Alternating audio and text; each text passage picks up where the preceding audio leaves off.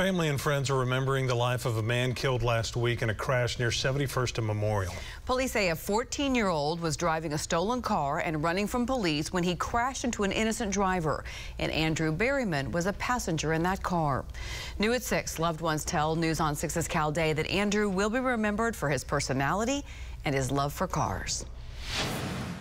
Parked in the front row of Andrew Berryman's funeral service is a tribute of luxury rides that would make any car guy happy. Instead of doing whatever necessary to keep this Audi R8 without any blemishes, people who knew Andrew are grabbing a permanent marker to say their goodbye. I guess it's hard to put in words, just the amount of love everyone had for Andrew, you can see.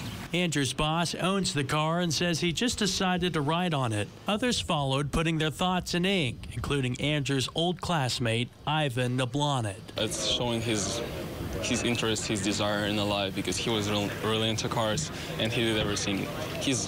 Basically his life were built around that cars. Nablonet says Andrew is one of the first people he met when moving to the United States. They later worked together and, of course, bonded over cars. He was my first American friend because I moved into America like 3 years ago, and the first person I really met and started talking to from American community was Andrew mostly, and he helped me a lot.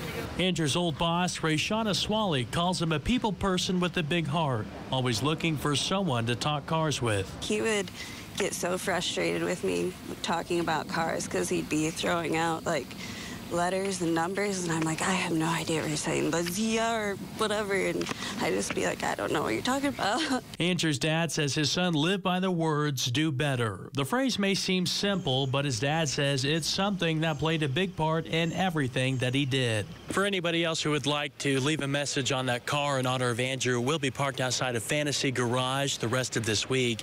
The owner says there are plans to use it in a memorial service on Sunday morning. In Sand Springs, Cal Day, Oklahoma's own News on 6.